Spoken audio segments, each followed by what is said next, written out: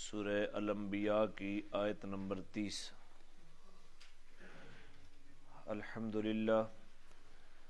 الحمدللہ وحدہ والصلاة والسلام علی من لا نبی بعدہ وعلی آلہ واصحابہ الذین اوفوا عہدہ۔ اما بعد فاعوذ باللہ من الشیطان الرجیم۔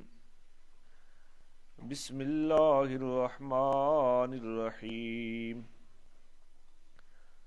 اولم یر الذین کفروا ان السماوات والارض کانتا رتقا ففتقناہما وجعلنا من الماء کل شیء حی افلا یؤمنون۔ سبحان ربک رب العزت عما یصفون وسلام علی المرسلین والحمد للہ رب العالمین۔ سبحانک لا علم لنا الا ما علمتنا انک انت العلیم الحکیم۔ رب اشرح لی صدری ویسر لی امری واحلل عقدۃ من لسانی یفقہوا قولی۔ رب یسر ولا تعسر وتممہ بالخیر وبک نستعین۔ اللہم انا نسألک علما نافعا ورزقا طیبا وعملا متقبلا۔ درود شریف پڑھ لیں۔ اللہم صلی علی سیدنا محمد وعلی آل سیدنا محمد افضل صلواتک بعدد معلوماتک وبارک وسلم۔ اللہم صلی علی محمد النبی الامی وعلی آلہ وسلم تسلیما۔ 17ویں پارے کا تیسرا رکوع، سورہ الانبیاء کی آیت نمبر 30، 525 نمبر صفحہ مل گیا۔ پچھلے درس میں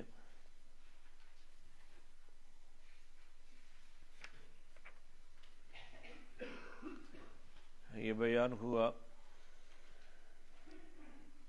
آیت نمبر 11 سے شروع ہوا۔ 11ویں آیت میں اللہ تعالیٰ نے دنیاوی ڈراوا دیا کہ کتنی بستیاں بوجہ ظلم کے ہم نے ان کو پیس کے رکھ دیا اور ان کے بعد نئی قوموں کو پیدا کر دیا، اور جب ہمارا عذاب محسوس ہونے لگا تو وہ وہاں سے بھاگے۔ ہم نے کہا بھاگو نہیں، اور جو چیزیں تمہیں ناز کے طور پر جن کو آسائش والی چیزیں ان کی طرف لوٹو اور اپنے گھروں کی طرف لوٹو تاکہ تم سے پوچھا جائے۔ تو وہ کہنے لگے کہ ہائے افسوس ہم ہی ظالم تھے۔ لیکن جب عذاب شروع ہو جاتا ہے تو پھر عذاب توبہ سے ٹلتا نہیں ہے، پھر لگاتار یہ ان کی پکار رہی، فریاد رہی، لیکن ہم نے ان کو کٹی ہوئی کھیتی کی طرح کر دیا اور بجھی ہوئی آگ کی طرح کر دیا، راکھ بنا دیا۔ اور پھر اللہ تعالیٰ نے فرمایا کہ ہم نے آسمان و زمین اور جو اس کے درمیان ہے اس کو ہم نے کھیل تماشے کے طور پر نہیں بنایا۔ اگر ہم نے کھیل تماشا ہی بنانا ہوتا تو زمین و آسمان کو پیدا کرنے کی کیا ضرورت تھی؟ ہم اپنی شان کے لائق ہی اس کو بنا دیتے، بلکہ ہم حق کو باطل کے اوپر مارتے ہیں اور حق باطل کا بھیجا نکال دیتا ہے، پھر باطل بھاگ جاتا ہے اور تمہارے لیے بربادی ہے ان چیزوں سے جن کو تم بیان کر رہے ہو، یعنی اللہ کا شریک قرار دے رہے ہو۔ آسمان و زمین کے اندر جو کوئی ہے سب اللہ کی ملکیت ہے، اور اس کے پاس جو اس کے پاس ہیں فرشتے، وہ اس کی عبادت سے تکبر نہیں کرتے اور وہ تھکتے بھی نہیں ہیں۔ رات کو بھی اور دن کو بھی وہ اللہ کی تسبیحیں بیان کرتے ہیں اور وہ سستی بھی نہیں کرتے۔ پھر جھڑکا ہے اللہ تعالیٰ نے آیت نمبر 21 کے اندر، کیا ان لوگوں نے اللہ کے سوا الہ بنا لیے ہیں، انہوں نے زمین سے الہ بنا لیے ہیں، کیا وہ ان کو اٹھائیں گے؟ پھر اللہ تعالیٰ نے فرمایا کہ اگر آسمان و زمین کے اندر اللہ کے علاوہ کوئی اور الہ ہوتا تو کب کا فساد برپا ہو گیا ہوتا۔ جب آسمان و زمین کے نظام کے اندر کسی قسم کی خرابی نہیں آئی تو یہ دلیل ہے اس بات کی کہ اس کائنات کو چلانے والا اکیلا اللہ ہے۔ وہ رب العرش ہے اور تمام قسم کے عیبوں سے اللہ پاک ہے۔ جو چیزیں یہ بیان کرتے ہیں مشرکین، وہ جو کرتا ہے اس سے نہیں پوچھا جائے گا اور ان لوگوں سے پوچھا جائے گا، کیا ان لوگوں نے اللہ کے سوا اور الہ بنا لیے ہیں؟ تو میرا پیغمبر آپ ان کو کہہ دو کہ تم اپنے اس دعوے کے اوپر دلیل لے کر آؤ، اور یہ قرآن جو ہے یہ میرے ساتھ والوں کی بھی کتاب ہے اور مجھ سے پہلے جو لوگ آئے ان کے لیے بھی اب یہی کتاب ہے، بلکہ ان لوگوں کی اکثریت حق کو نہیں جانتی اور وہ حق سے منہ موڑے ہوئے ہیں۔ پھر اللہ تعالیٰ نے آیت نمبر 25 میں یہ بات فرمائی کہ ہم نے جتنے رسول بھی بھیجے تمام کی طرف ہم نے یہ وحی کی کہ میں اللہ کے علاوہ کوئی الہ نہیں ہے، اور میری الوہیت اس بات کا تقاضا کر رہی ہے کہ صرف میری عبادت کرو۔ پھر ایک شکوہ کیا اللہ تعالیٰ نے کہ یہ کہتے ہیں کہ رحمان نے اولاد بنا لی ہے، وہ تو اولاد بنانے سے پاک ہے۔ جن کے بارے میں یہ کہتے ہیں کہ وہ اللہ کی اولاد ہے، وہ تو اس کے عزت والے بندے ہیں۔ ان کی اپنی پوزیشن یہ ہے کہ وہ اللہ کی بات سے آگے نہیں بڑھتے، وہ اس اللہ کے حکم کے مطابق عمل کر رہے ہیں۔ اللہ ان لوگوں کے آگے کے حالات کو بھی جانتا ہے اور پیچھے کے حالات کو بھی جانتا ہے، اور یہ لوگ نہیں سفارش کریں گے مگر اسی کی جس کے اوپر رب راضی ہوگا، اور وہ خود یہ انبیاء اور ملائکہ اور وہ خود اللہ کے ہیبت سے ڈرتے ہیں۔ پھر فرمایا آخری آیت میں، آیت نمبر 29 میں، کہ ان میں سے جو بھی یہ کہے کہ میں اللہ کے علاوہ الہ ہوں تو ہم بھی اس کو بدلہ جہنم کا دیں گے، اور ظالموں کو ہم اسی طرح بدلہ دیا کرتے ہیں۔ یہ پچھلا درس تھا۔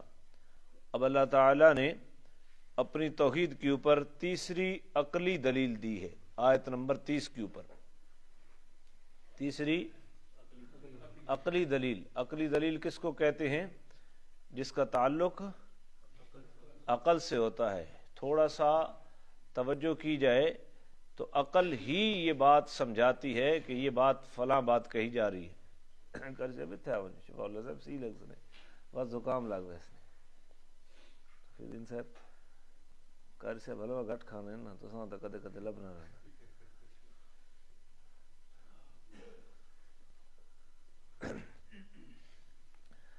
توحید کے اوپر کتنے نمبر کی دلیل؟ تیسری دلیل دی ہے اللہ تعالیٰ نے، اور دلیل بھی عقلی دی ہے اللہ نے اپنی وحدانیت کے اوپر۔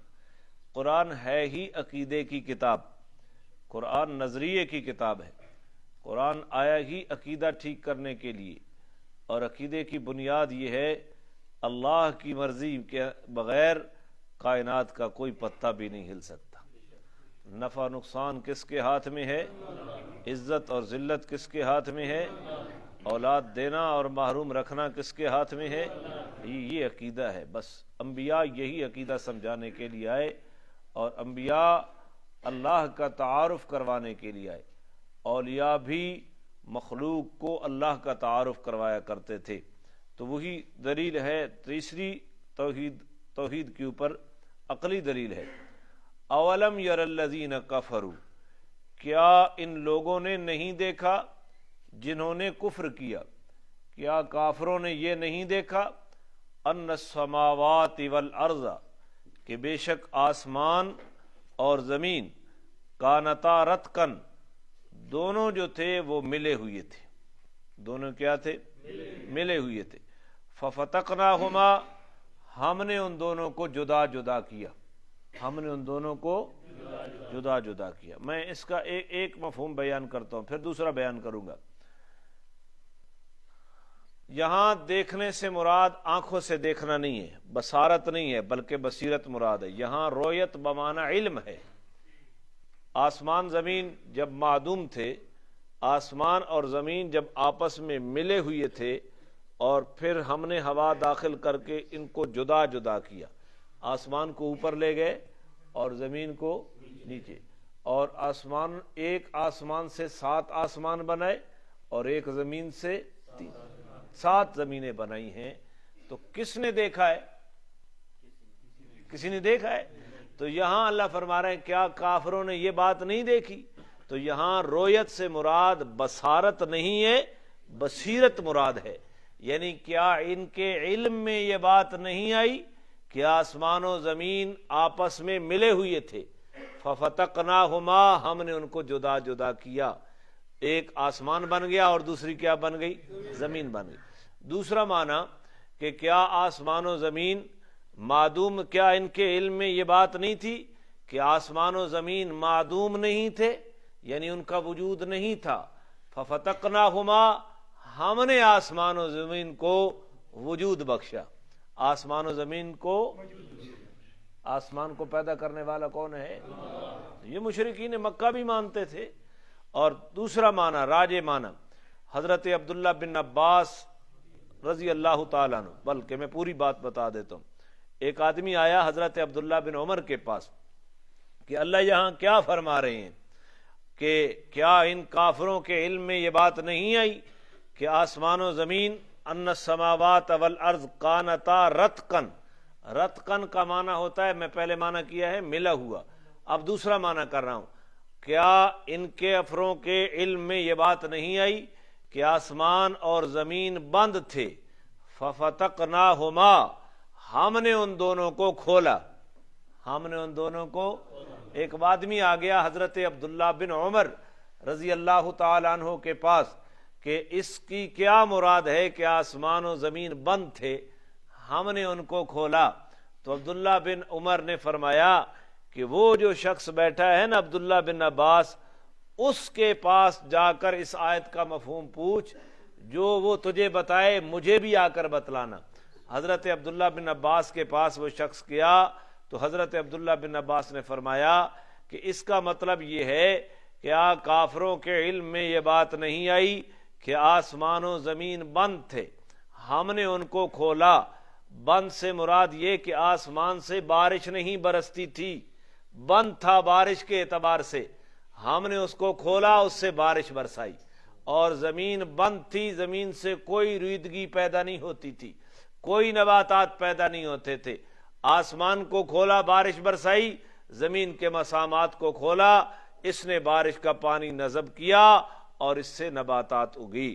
آسمان کو ہم نے بارش کے لیے کھولا اور زمین کو ہم نے کھیتی باڑی کے لیے کھولا۔ عبداللہ بن عباس نے یہ بات بتلائی تو اس شخص نے عبداللہ بن عمر کو آ کر یہ بات بتائی کہ انہوں نے یہ کہا ہے۔ عبداللہ بن عمر کہتے ہیں کہ آج سے پہلے میں عبداللہ بن عباس کو نہیں مانتا تھا، لیکن آج یقین ہو گیا ہے کہ اللہ نے قرآن فہمی کا علم جو عبداللہ بن عباس کو دیا ہے وہ کسی اور کے حصے میں نہیں آیا۔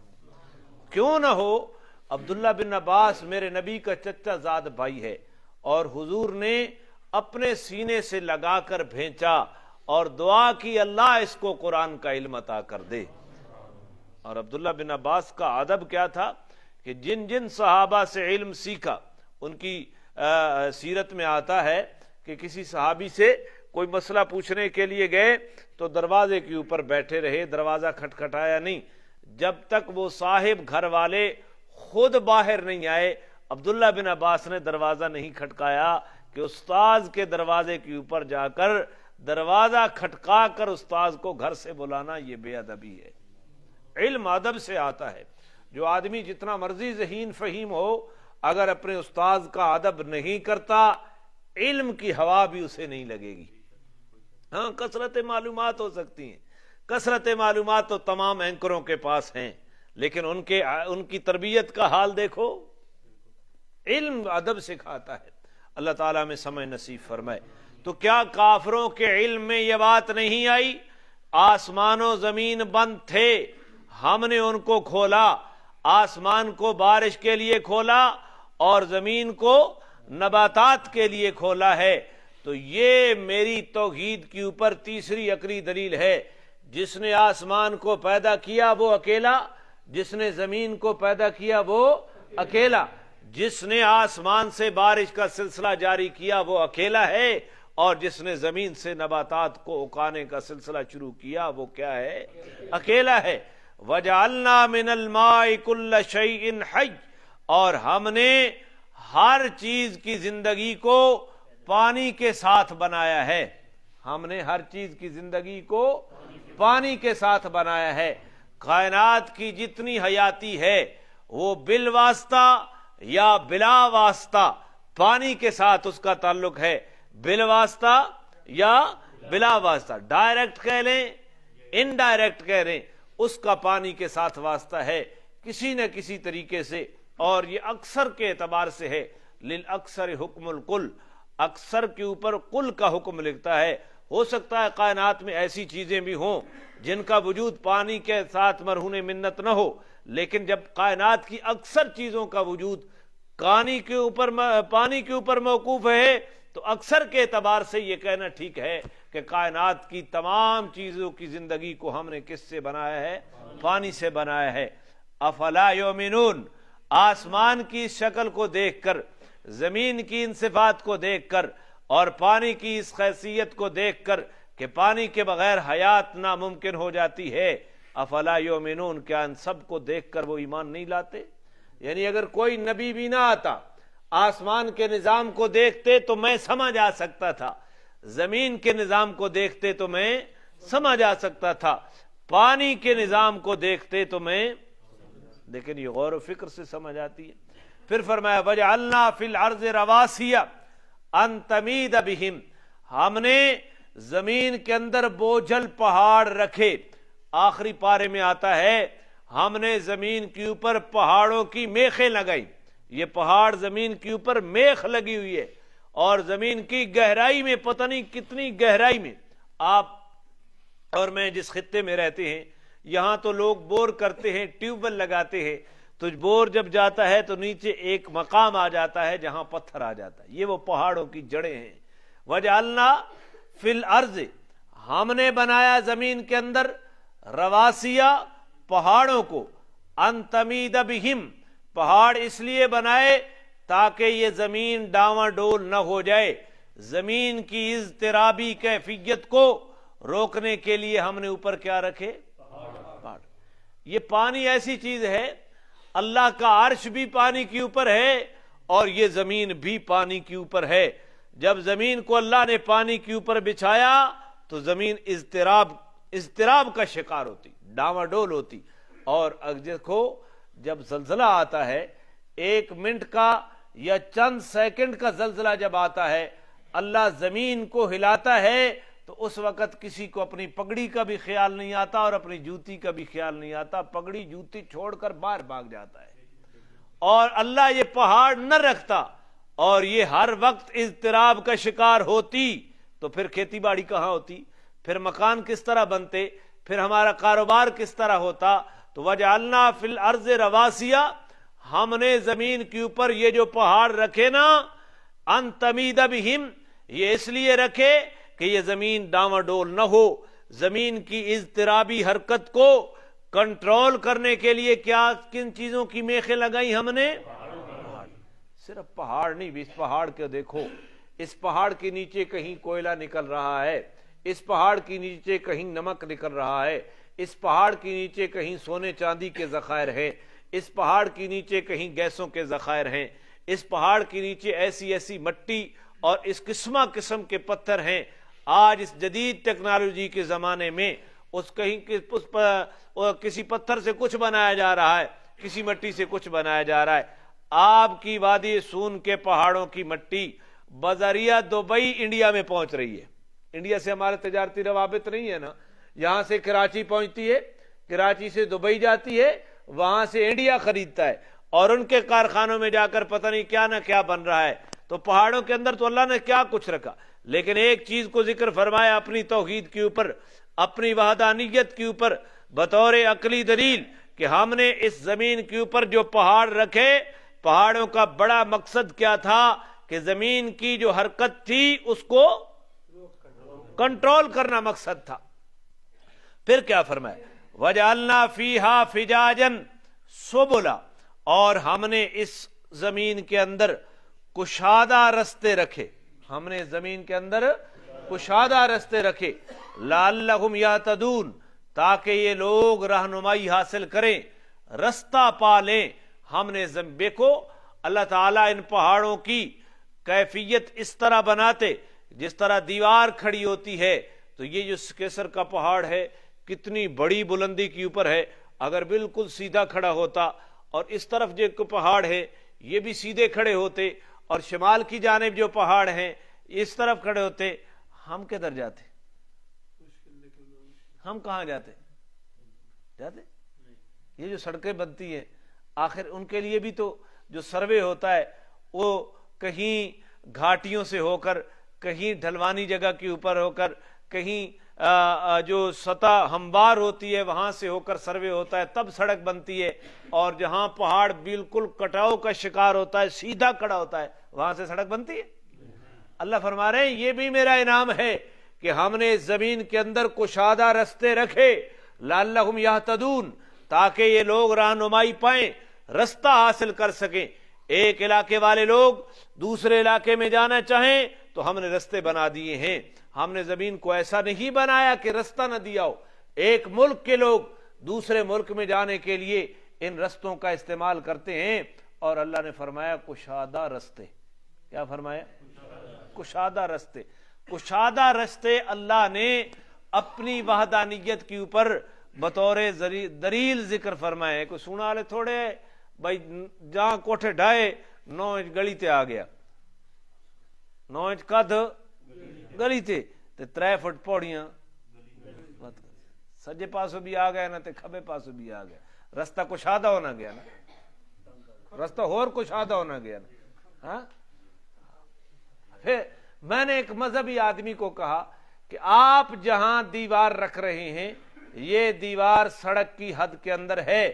حدیث میں آتا ہے جس نے کسی کی جگہ کے اوپر ایک بالشت برابر قبضہ کیا وہ زمین 7 زمینیں اکھیڑ کر گلے میں توق بنا دیا جائے گا, آپ شوق پورا کر لیں.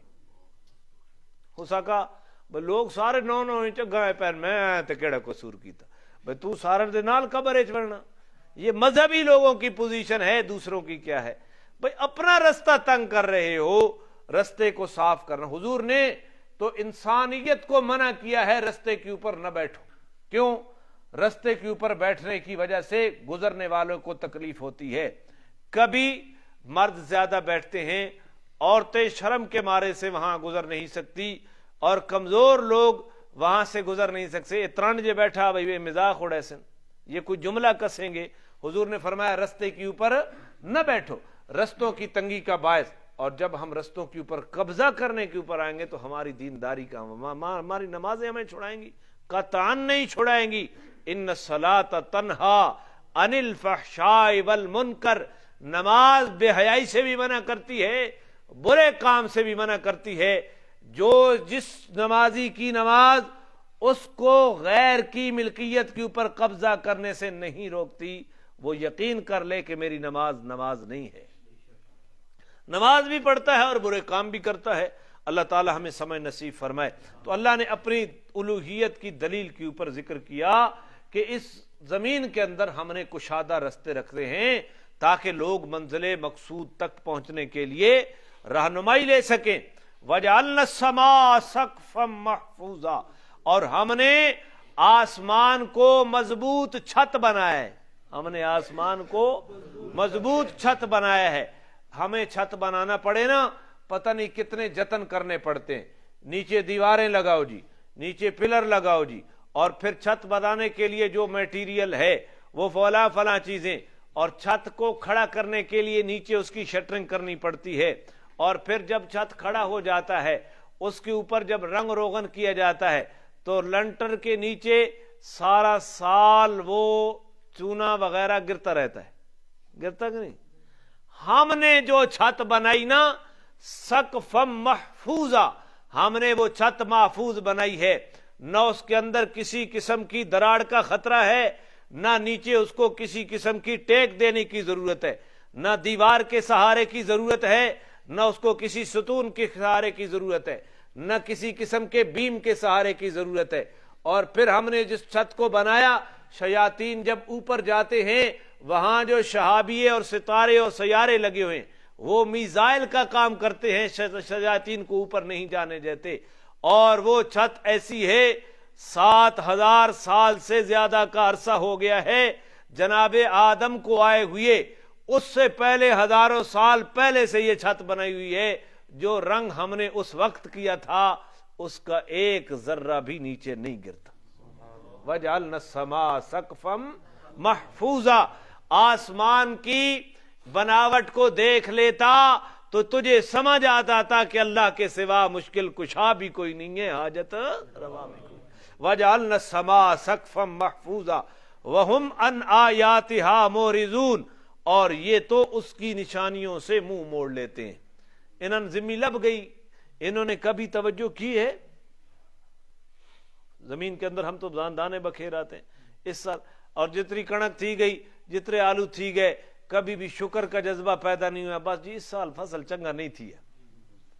اللہ تعالیٰ، اللہ کا شکر ادا کرنے چاہیے، اللہ نے کتنا دیا ہے۔ اللہ فرما رہے وَهُمْ عَنْ آيَاتِهَا مُعْرِضُونَ، یہ تو رب تعالیٰ کی آیات سے اعراض کی ہوئی ہیں، آسمانی نشانیوں سے اعراض کی ہوئی ہیں، خاک سمجھ آئے ان کو اللہ کی الوہیت۔ پھر فرمایا وَهُوَ الَّذِي خَلَقَ اللَّيْلَ وَالنَّهَارَ وَهُوَ الَّذِي، ہاں پورا رکوع اللہ اپنے تعارف میں بیان کر رہے ہیں۔ لوگ کہتے ہیں انہیں اللہ کے بغیر کچھ نظر ہی نہیں آتا، قرآن کے صفحے صفحے کے اوپر اللہ اللہ اللہ ہے، اور نبیوں کی دعوت کے اندر کیا ہے؟ لا الہ الا اللہ۔ وَهُوَ الَّذِي خَلَقَ اللَّيْلَ وَالنَّهَارَ، وہ اللہ وہ ذات ہے جس نے رات کو پیدا کیا ہے، وَالنَّهَارَ، اور دن کو۔ رات کس نے بنائی ہے؟ دن کس نے بنایا ہے؟ دوسرے مقام پہ کہتا ہے رات اس لیے بنائی ہے تاکہ تم آرام کرو، لیکن یہ پٹھی قوم راتی جاگنی۔ ہاں، اللہ فرما رہے ہیں میں نے رات اس لیے بنائی تاکہ تم کیا کرو؟ آرام کرو، اور دن کو اس لیے بنایا تاکہ تم اپنا رزق تلاش کرو، میرے فضل کو تلاش کرو۔ دن ہے روزی کمانے کے لیے اور رات ہے آرام کرنے۔ دن کے دن بھر مزدوری کرنے والا تھکا ہارا مزدور سارا دن مزدوری کرتا ہے، رات کو سوتا ہے، اللہ دوسرے دن اسے اٹھاتا ہے، وہ تازہ دم اٹھتا ہے۔ تو یہ کرنے والا کون ہے؟ اور یہ جو بڑے بڑے لوگ ہمیں نظر آتے ہیں پیسے کے اعتبار سے، کوٹھی بنگلے کے اعتبار سے، ان سے پوچھو تمہاری نیند کی حالت کیا ہے، وہ کہتے ہیں گولیاں لیتے ہیں تب بھی نیند نہیں آتی، تب بھی نیند۔ وَهُوَ الَّذِي خَلَقَ اللَّيْلَ وَالنَّهَارَ، وہی وہ ذات ہے جس نے رات کو بنایا ہے اور دن کو بنایا ہے، وَالشَّمْسَ سورج کو بنایا ہے، اور کس نے بنایا ہے؟ سورج کو کیوں بنایا بھائی؟ کس کو روشنی دینے کے لیے؟ اللہ نو لوڑ ہی روشنی، مجھے روشنی کی ضرورت تھی نا، مجھے اس نے سورج دیا ہے تاکہ وہ میری خدمت کرے روشنی فراہم کر کے، چاند دیا ہے کہ وہ میری خدمت کرے، لیکن یہ انسان اتنا پاگل ہو گیا ہے، یہ اس خادم کی پوجا کرنے شروع ہوا، کوئی سورج پرست ہے، کوئی چاند پرست ہے۔ آج کتنی مخلوق سورج کی پوجا کر رہی ہے، چاند کی پوجا۔ کراچی کے اندر بھی ایک فرقہ موجود ہے جو شمس پرست ہے، سورج کے پجاری ہیں۔ اللہ تعالیٰ شرک سے محفوظ فرمائے۔ سورج کو بنایا کس نے؟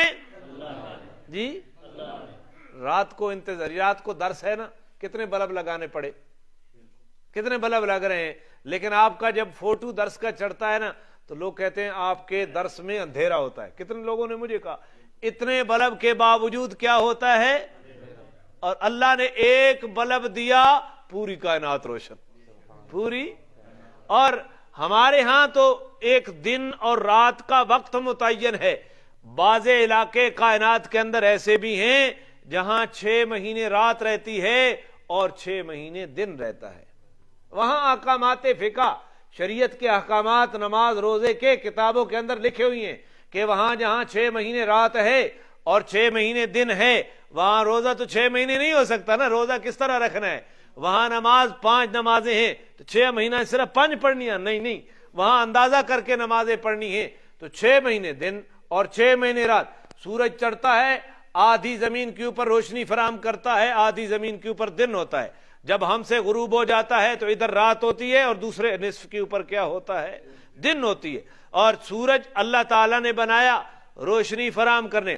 ہزاروں سال سے سورج چل رہا ہے, اس کی رفتار میں کوئی کمی بیشی نہیں ہوئی, اس کے ایندھن کے اندر کوئی کمی بیشی نہیں ہوئی, اس کی چارجنگ کبھی ختم نہیں ہوئی. پوری دنیا کا مصنوعی نظام شمسی سولر کے اوپر آ جائے, سولر پلیٹوں کے اوپر منتقل ہو جائے, سورج کی روشنی اور توانائی کے اندر ایک قطرے کا فرق نہیں آ سکتا. کبھی سوچا ہے کہ ایک بنایا کس نے ہے؟ اتنا مضبوط نظام. وہ ذات ہے جو اپنی الوہیت منوانا چاہتی ہے. وہ اسی نے رات کو بنایا ہے, اسی نے دن کو بنایا ہے, اسی نے سورج کو بنایا ہے, اسی نے چاند کو بنایا ہے. کلن فی فلک یسبحون, ہر ایک اپنے اپنے مدار میں تیر رہا ہے. پہلے زمانے کے سائنسدان کہتے تھے کہ سورج آسمان کے اندر جڑا ہوا ہے, ستارے آسمان کے اندر جڑے ہوئے ہیں. آج سائنس بالغ ہو رہی ہے اور سائنس کہہ رہی ہے یہ خلا کے اندر آسمان سے نیچے تیر رہے ہیں. رب کائنات 1450 سال پہلے جب سائنس کا وجود بھی نہیں تھا, اللہ میرے پیغمبر کو فرما رہے ہیں کلن فی فلک یسبحون, ہر ایک اپنے اپنے مدار کے اندر کیا ہو رہا ہے؟ تیر رہا ہے. سائنسی تحقیقات تجربات کے اوپر مبنی ہوتی ہیں.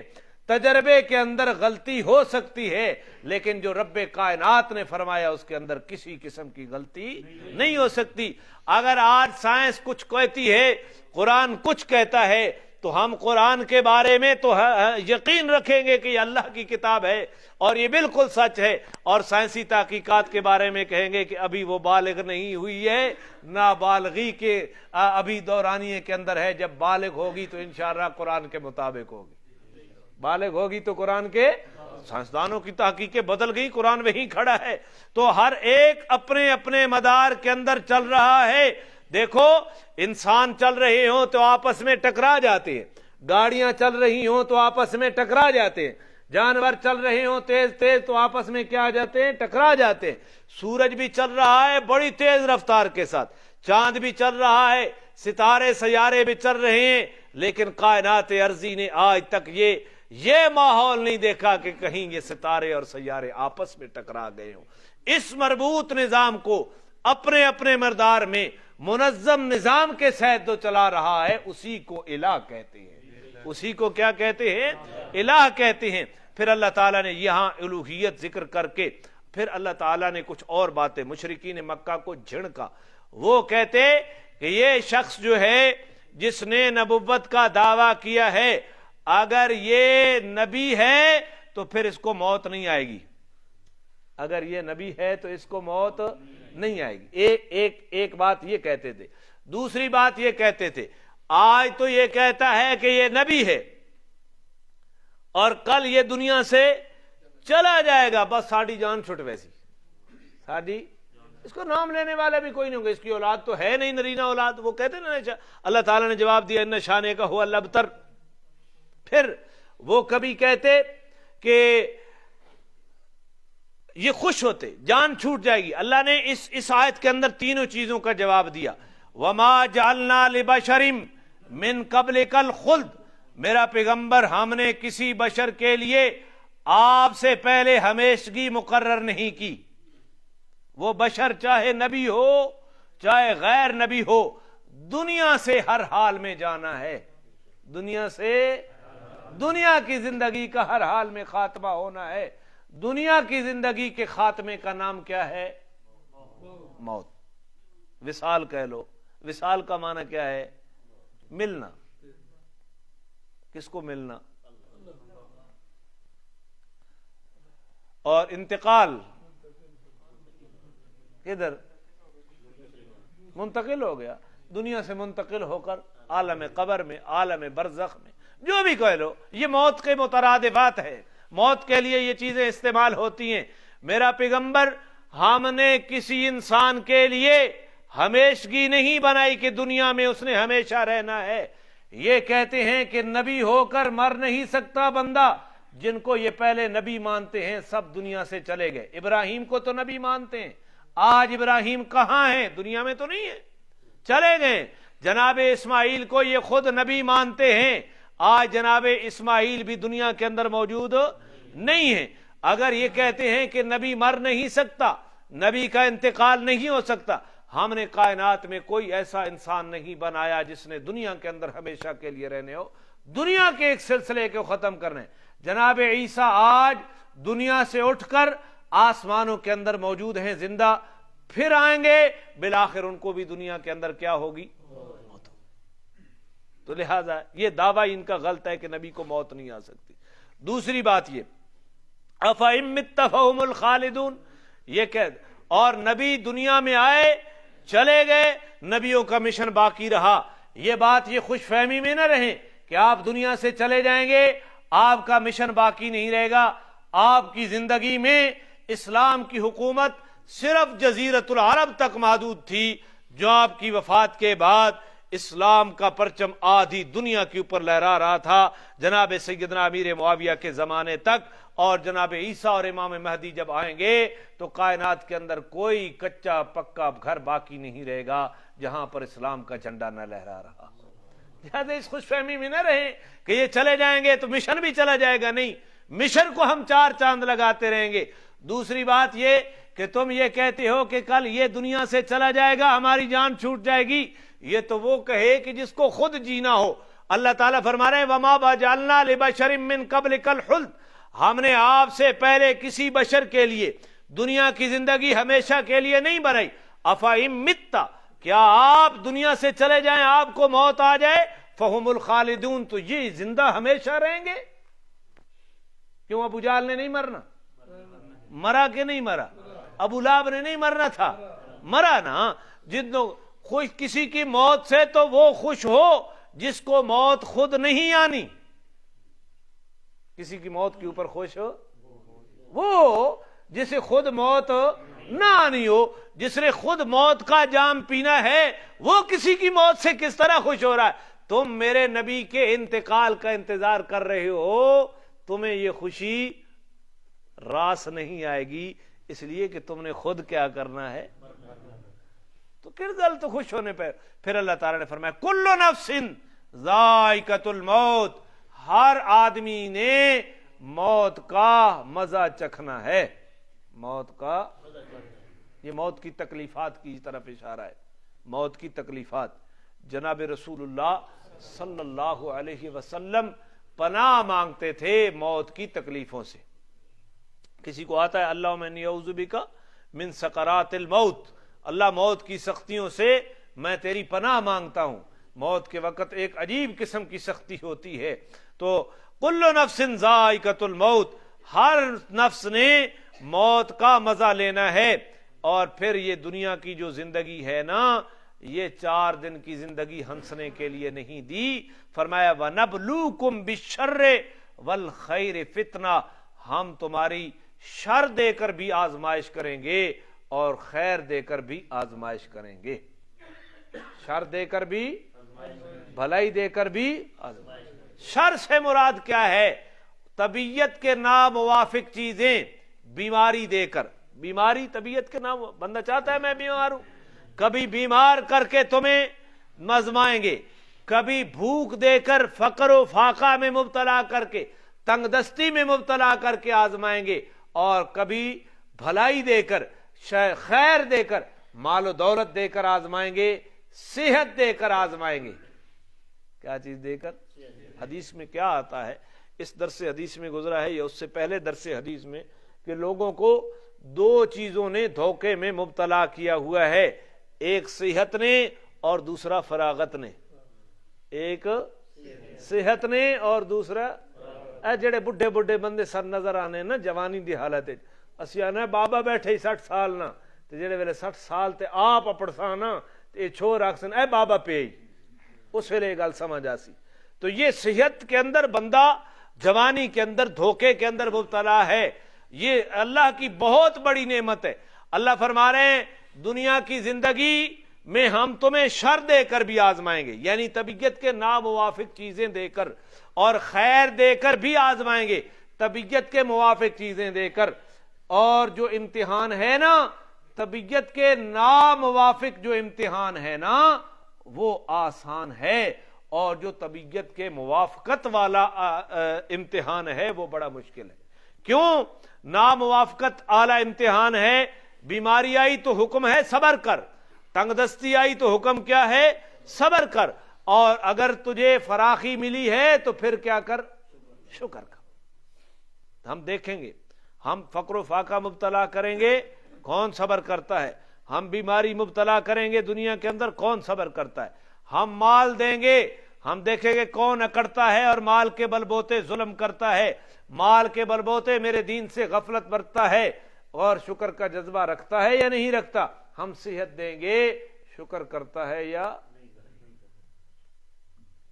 یہ جو آنکھ جھپک رہی ہے نا، آنکھ، اگلے دن ایک مریض کو کی عادت کے لیے میں گیا تو اللہ تعالیٰ ان کی خطاؤں سے درگزر فرمائے، ان کو صحت کاملہ عطا فرمائے، تو ان کے یہ چھپر گر گئے ہیں، یہ سپرنگ ڈھیلے ہو گئے۔ ان کی اولاد جو ہے نا، اللہ صالح اولاد دے، وہ یوں ان چھپروں کو اٹھا کر دکھلواتے ہیں کہ فلاں بندہ آیا، ہوش بالکل ٹھیک ہے، میں نے ہاتھ میں لایا تو میں نے اپنا نام بتایا تو بڑی دعائیں دی انہوں نے۔ تو یہ جو آنکھ جھپک رہی ہے یہ اتنی بڑی نعمت ہے، اگر یہ جھپکنا بند کر دے، 1 منٹ صرف روک کے رکھے، آنکھ دیکھ سکے، پانی جاری ہو جائے۔ یہ جھپکنا رینیول ہے، آنکھ کی بینائی کی تجدید ہو رہی ہے اس جھپکنے سے۔ اللہ یہی ایک نعمت چھین لے، سپرنگ کو ڈھیلا کر دے، بس کیا کرے سی بندہ؟ تو بات الفی لے سی چاہ جی الفی لائی تک ہی جو پانی کو نہ کھلو سی۔ تو اللہ کیا فرما رہے ہیں؟ ہم خیر ناموافق حالات دے کر بھی آزمائیں گے اور موافق حالات دے کر بھی کیا کریں گے؟ آزمائیں گے۔ یہ فرمایا اس نے وَإِلَيْنَا تُرْجَعُونَ، اور لوٹ کر تم نے ہمارے پاس ہی آنا ہے، لوٹ کر ہمارے پاس ہی آنا ہے۔ یا اللہ ہمیں ہر حال میں صبر و شکر کا دامن تھامنے کی توفیق عطا فرما۔ وَإِذَا رَآكَ الَّذِينَ كَفَرُوا، وَإِذَا رَآكَ الَّذِينَ، آج تو دوڑ ہی ہے نا، پیسے میں دوڑ ہے، کوٹھی بنگلے میں دوڑ ہے، انہی چیزوں میں اندر دوڑ ہے۔ صحابہ اور ہمارے درمیان فرق یہ ہے، صحابہ کی دوڑ نیکیوں اور ایمان کے اندر ہوتی تھی، آج مادیت کا دور ہے، کیسے کما لیں، کس طرح کما لیں۔ اور کئی بدبخت ایسے ہیں کروڑوں روپے کی مالیت ہے، نہ جسم کے اوپر کپڑا صحیح پہنتے ہیں، نہ کھانا صحیح کھاتے ہیں۔ حدیث میں آتا ہے اللہ نے جو نعمت دی ہے کسی کو ریاکاری کے جذبے کے بغیر، اس کا اثر جسم کے اوپر ظاہر ہونا چاہیے، کھانا اچھا ہونا چاہیے، لباس اچھا ہونا، بھائی ہے سارا کچھ لیکن بنا کے وطنا فقیر بنا وطنا۔ تو اللہ تعالی ہمیں سمجھ نصیب فرمائے۔ وَإِذَا رَآكَ الَّذِينَ كَفَرُوا، پھر اللہ تعالیٰ نے فرمایا میرا پیغمبر یہ کافر جب آپ کو دیکھتے ہیں، إِن يَتَّخِذُونَكَ إِلَّا هُزُوًا، آپ کو دیکھ کر یہ مزاح اڑاتے ہیں، آپ کو دیکھ کر یہ کیا کرتے ہیں؟ مزاح اڑاتے ہیں، پیغمبر کا مزاح اڑاتے ہیں۔ کس طرح؟ أَهَٰذَا الَّذِي يَذْكُرُ آلِهَتَكُمْ، کیا یہ وہی ہے؟ حضور گزرتے نا اشارے کرتے، یہ وہی ہے جو تمہارے مشکل کشاؤں کا تذکرہ کرتا ہے؟ الہ کس کو کہتے ہیں؟ وہ بتوں کو مشکل کشا حاجت روا سمجھتے تھے، کیا یہ تمہارے الہوں کا یہی وہ ہے جو تذکرہ کرتا ہے؟ یہ حضور کے اوپر طنز کرتے تھے، جس طرح اور صحابہ کے اوپر یوں طرز کیا کرتے تھے. صحابہ کے کپڑے پھٹے پرانے غریب لوگ تھے, حضور کی دعوت ماننے والے. یہ جا رہی ہیں جی جنت کے مالک, حوروں کے خاوند جا رہے ہیں دنیا میں پہننے کے لیے کپڑا نہیں ہے. یوں میں جی کوئی مسجد جڑے لوگ ماں پیو جڑا بہت سیاح تھی ونجن ان آخنے پڑھ سے نہیں تو بانگا دے سے. یہ طنز ہے, ہنسنے کی بات نہیں ہے, یہ طنز ہے. ایسی باتیں کرنا انسان کو کفر میں لے جاتا ہے. ملا کی دوڑ مسجد تک, یہ طنز ہے. ملا کی دوڑ, یہ طنزیہ جملے ہیں. تو ایسی باتیں حضور کو دیکھ کر مذاق اڑایا کرتے تھے اور کہتے یہ وہی ہے جو تمہارے الہوں کا ذکر کرتا رہتا ہے, یعنی کہتا ہے کہ یہ مشکل کشا نہیں ہے, یہ حاجت روا جو ہر وقت ہی کا درس دیتا ہے. سب کچھ کس کے اختیار میں ہے؟ اللہ ہی کے. اللہ. اور مشرکین مکہ کو بیماری تھی بھی کی. کون سی بیماری تھی؟ وہ کہتے تھے اللہ بھی مشکل کشا اور یہ بھی مشکل کشا. ان کو بیماری تھی بھی کی, اور حضور کے پاس جو علاج تھا وہ ہی کا. مشکل کشا اللہ ہی, حاجت روا اللہ ہی, عزت کا مالک اللہ ہی, ذلت دینے والا اللہ ہی, سجدوں کے لائق اللہ ہی, نظر و نیاز کے لائق اللہ. وہ بھی لگاتے اور حضور صرف اللہ کہتے ہیں یہ آنا بے صرف اللہ ہے وے نہ پہ. تو یہ حضور کا مزاج. وہم بذکر الرحمن ہم کافرون. اپنی حالت ان بیچاروں کی یہ ہے کہ یہ رحمان کے ذکر کے انکاری ہیں. رحمان کے ذکر کے انکاری ہیں. جب صلح حدیبیہ کی معاہدہ لکھا گیا تو وہاں لکھا گیا تھا بسم اللہ الرحمن الرحیم. انہوں نے کہا یوں نہ لکھو, یہ ہم تو نہیں جانتے رحمان کون ہے, یوں لکھو بسمک اللہم. بسمک اللہ حضور نے مٹوایا, بسم اللہ الرحمن الرحیم مٹوایا, اور ان کے کہنے کے اوپر, ان کی فرمائش کے اوپر بسمک اللہم لکھا. تو یہ خود رحمان کے انکاری ہیں. وَإِذَا ذُكِرَ اللَّهُ وَحْدَهُ اشْمَأَزَّتْ قُلُوبُهُمْ. اور ان کی پوزیشن یہ ہے کہ جب اللہ اکیلا کر کے اللہ کو ذکر کیا جائے ان کے دل تنگ ہو جاتے ہیں.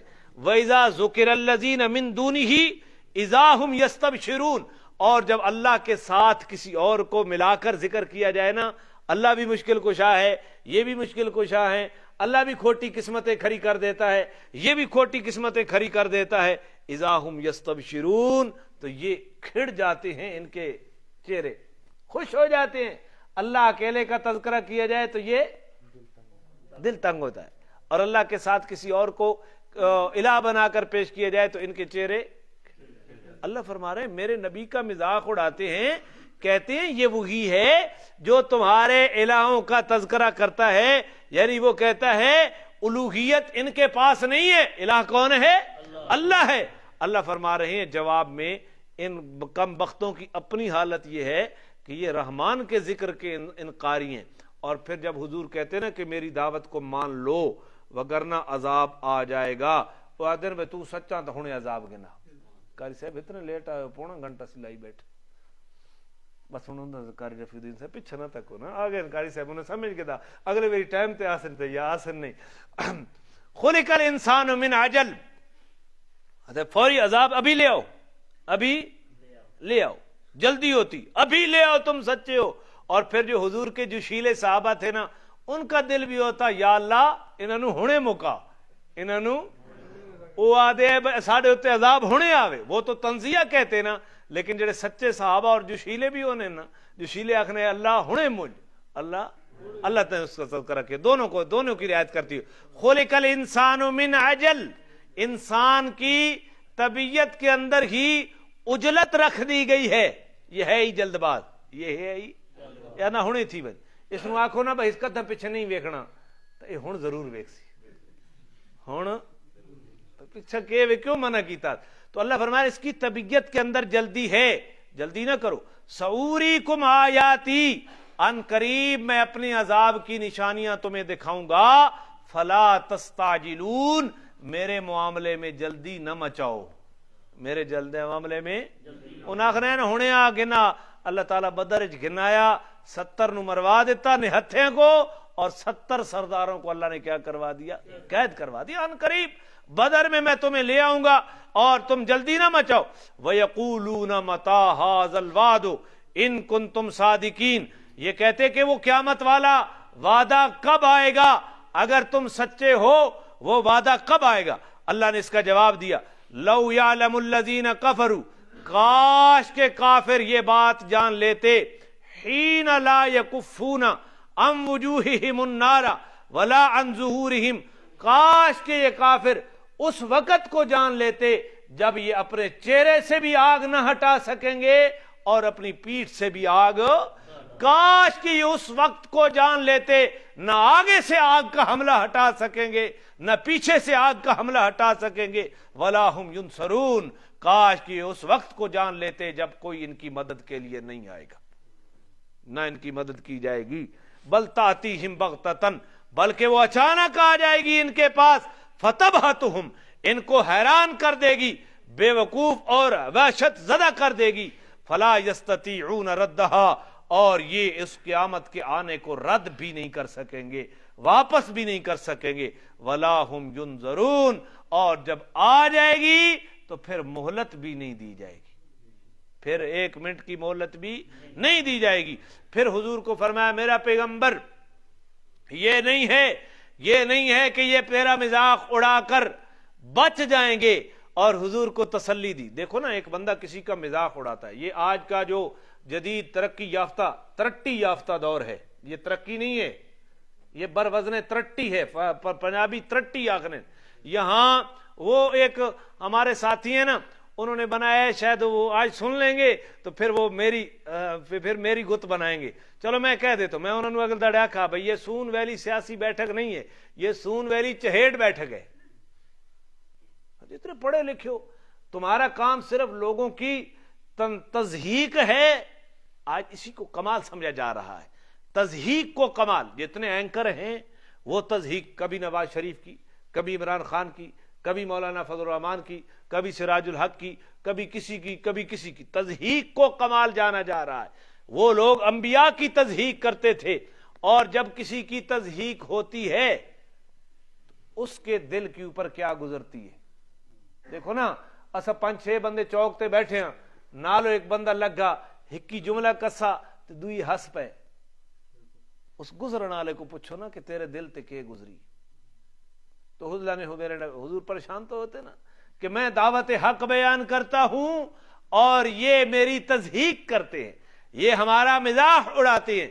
اللہ نے تسلی دی، میرا پیغمبر ایک کافراں دا پرانا وتیرا، وَلَقَدِ اسْتُهْزِئَ بِرُسُلٍ مِّن قَبْلِكَ، آپ سے پہلے رسولوں کی استہزاء کیا گیا، آپ سے پہلے جتنے رسول آئے لوگوں نے ان کا مزاح۔ حضرت نوح علیہ السلام اللہ کے پیغمبر ہیں، اولو العزم پیغمبر، اور سب سے پہلے اس کائنات کا رسول حضرت نوح علیہ السلام ہے۔ حضرت نوح علیہ السلام کو حکم ہوا کہ کشتی بناؤ اور ایمان والوں کو اس کشتی میں سوار کرو۔ حکم ربانی کے مطابق حضرت نوح علیہ السلام کشتی بنا رہے ہیں، وہ کہتے جو گزرتے نا آدھے پانی دا نا نشان نہیں، تو ایک کشتیاں بنانا پہ چلا ایسی کتھی، بس اس طرح جملہ۔ کبھی کہتے کہ یہ اپنے آپ کو کہتا ہے کہ میں نبی ہوں اور بڑا دھرکھان بیٹھا، ٹھیک ہے، اس طرح کے تنزیہ مزاح طنز کرتے تھے۔ اللہ نے فرمایا میرا پیغمبر گھبرا نہیں، یہ مکے کے کافر صرف آپ کا مذاق نہیں اڑا رہے، آپ سے پہلے جتنے رسول آئے وقت کے کافروں نے نبیوں کا مذاق اڑایا، لیکن ہوا کیا، ہم بھی پھر بے بس نہیں ہیں۔ فَحَاكَ بِالَّذِينَ سَخِرُوا مِنْهُمْ مَا كَانُوا بِهِ يَسْتَهْزِئُونَ، جس چیز کا وہ مذاق اڑایا کرتے تھے نا، جس عذاب کا، اسی عذاب نے ان کو گھیر لیا اور تہس نہس کر لیا۔ اور جب کشتی بن گئی نا حضرت نوح علیہ السلام نے، نوح علیہ السلام کشتی میں سوار ہو گئے اور پانی جودی پہاڑ کے اوپر چڑھ گیا اور پوری بستی کو ملیا میٹ کر دیا۔ ہم نے اسی عذاب کے اندر غرق کر دیا، تباہ و برباد کر دیا۔ میرا پیغمبر میں نے بھی آپ کے گستاخوں کو گنا ہوا ہے، میں چن چن کر تباہ کروں گا، چن چن کر کیا کروں گا، تباہ۔ لہذا پریشان ہونے کی ضرورت نہیں ہے۔ اللہ عمل کی توفیق عطا فرمائے۔ پڑھ لو، اعوذ باللہ من الشیطان الرجیم، بسم اللہ الرحمن الرحیم اولم یر الذین کفروا ان السماوات والارض کانتا رتقا ففتقناہما وجعلنا من الماء كل شيء حي افلا يؤمنون وجعلنا في الارض رواسي ان تميد بهم وجعلنا فيها فجاجا سبلا لعلهم يهتدون وجعلنا السماء سقفا محفوظا وهم عن آياتها معرضون وهو الذي خلق الليل والنهار والشمس والقمر كل في فلك يسبحون وما جعلنا لبشر من قبلك الخلد أفإن مت فهم الخالدون كل نفس ذائقة الموت ونبلوكم بالشر والخير فتنة وإلينا ترجعون وإذا رآك الذين كفروا إن يتخذونك آلهتكم وهم بذكر الرحمن هم كافرون خلق الإنسان من أجل سأريكم آياتي فلا حين لا يكفون عن وجوههم النار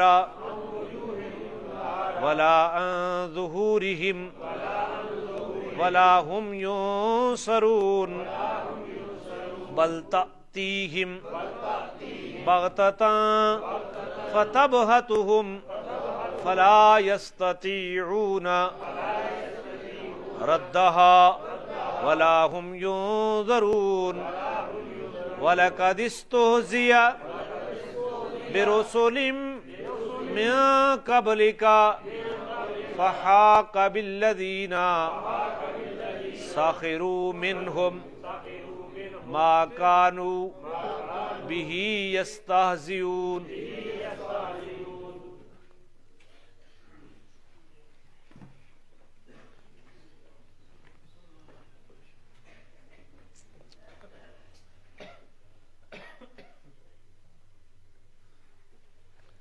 نماز کے اوقات کی تفصیل پڑھ رہے تھے. نماز مغرب کا وقت بیان ہو گیا تھا کہ جب آفتاب غروب ہو جائے تو مغرب کا وقت شروع ہو جاتا ہے اور شفق غروب ہونے تک رہتا ہے. کیا چیز غروب ہونے تک؟ شفق. شفق شفیق کی طرح یہ ختم کر دو تو شفق بچ جائے گا. اب سوال ہے شفق کسے کہتے ہیں؟ کیا سوال ہے؟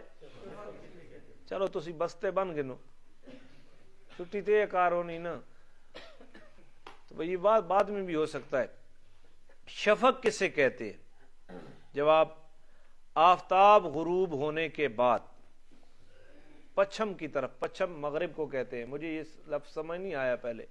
آفتاب غروب ہونے کے بعد مغرب کی طرف، جس طرف سورج غروب ہوا ہے، آسمان پر جو سرخی رہتی ہے، سورج غروب ہو گیا نا تو آسمان کے اوپر کیا نظر آتی ہے؟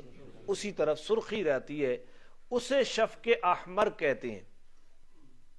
شفق سرخ شفق، احمر کا معنی سرخ، سرخ شفق. پھر سرخی غائب ہونے کے بعد ایک سفیدی باقی رہتی ہے. سرخی غائب ہو گئی، پھر کیا آ گئی؟ سفیدی آ گئی اس طرف، اسے شفق ابیض کہتی ہے، سفید شفق، پھر یہ سفیدی بھی غائب ہو جاتی ہے اور تمام آسمان یکساں نظر آتا ہے۔ اس شفق ابیض کے غائب ہونے سے پہلے پہلے تک مغرب کا وقت رہتا ہے۔ سورج غروب ہوا تو کیا آئی؟ سرخی، سرخی غائب ہوئی تو پھر کیا ہوئی؟ سفیدی۔ جب تک وہ سفیدی موجود ہے مغرب کا وقت کیا ہے؟ موجود ہے، اور سفیدی غائب ہو گئی تو مغرب کا وقت یہ نقشہ لے اس چیز نو ویکھنے، اور اساں چونکہ نقشے دے اعتماد کر رہے ہیں، جڑا بندہ خود ان چیزوں نو ویکھ سکنا وہ ان چیزوں کے مطابق فیصلہ کرے، لیکن ہن کوئی خال بندہ ایسا ہوئے جڑا ان چیزوں نو ویکھ سکے، لہذا پھر علماء نے آکھا کہ کسی ماہر دے نقشے دے اتے اعتماد کرو 2 منٹ دی احتیاط نال، 2 منٹ دی احتیاط واجب ہے۔ کیوں؟ ہو سکنا کہ جس نقشہ بنایا اس نو اپنے تجربے غلطی لگ گئی ہوئے۔ اے جڑی رمضان میں سننا رولا پینا بھئی ادھے جناب نقشے دے اوتے ٹائم لکھا ہوا 5:58 تے جڑا سورج غروب ہو گیا تو تس آخنے ہوا 5:58 تے سوئی چڑھے اور اسی روزہ افطار کروا دے۔ ہو سکنا اس نو غلطی لگ گئی ہوئے تو تسی 2 یا 3 منٹ دی کیا کرو؟ احتیاط کرو، 6:01 تے گن وجو، 5:58 آیا تو 6 احتیاط ہو ویسی تو کسی دروزہ خراب۔ علماء نے لکھا کہ ماہر دے نقشے دے اوتے اعتماد کرنا، احتیاط نال اعتماد کرنا واجب ہے۔ اللہ میں سمجھ نصیب فرمائے۔ لیکن ساڈے کول دیوبندی بن ویندے تے بندہ مفت دا مفتی بھی ہونا نال ہیں، او دے آدھا عقیدہ ٹھیک ہونا چاہیے نا، بھاویں لوگاں دی نمازاں دا رڑا کر دے، بھاویں لوگاں دے روزیاں دا، صرف عقیدہ نہ بجے سی کسی کو گمراہ کیا تو جہنم میں لے جائے گی وہ گمراہی۔ بالکل احتیاط کے پہلو کو مد نظر رکھنا یہ بہت ضروری ہے۔ پھر سوال ہے مغرب کا مستحب وقت کون سا ہے جس وقت میں نماز پڑھنا زیادہ باعث ثواب ہے؟ اول وقت مستحب ہے، غروب ہونے کے فوراً بعد مغرب کی نماز پڑھنا اس میں زیادہ ثواب ہے، اور بغیر عذر دیر کر کے نماز پڑھنا مکروہ ہے۔ اول وقت میں بغیر کسی عذر کے دیر کر کے نماز پڑھنا کیا ہے؟ ہاں عذر کیا ہے؟ مثلا سفر میں ہے بندہ تو سفر میں ایک عذر ہوتا ہے کہ پانی ملے گا نہیں ملے گا، رستہ پرخطر ہے تو تھوڑا سا لیٹ کر لے اور آخری وقت تک اس کو مؤخر کر لے، تو یہ ایک عذر ہے، وگرنہ بغیر عذر کے مغرب کی نماز کو دیر سے پڑھنا کیا ہے؟ مکروہ ہے۔ یہ ہو گیا تھا پچھلی دفعہ؟ نہیں ہوا تھا۔ بس اس کے بعد نماز عشاء کے بارے میں پڑھیں گے اور نماز وتر کے بارے میں کچھ چیزیں پڑھیں گے انشاءاللہ۔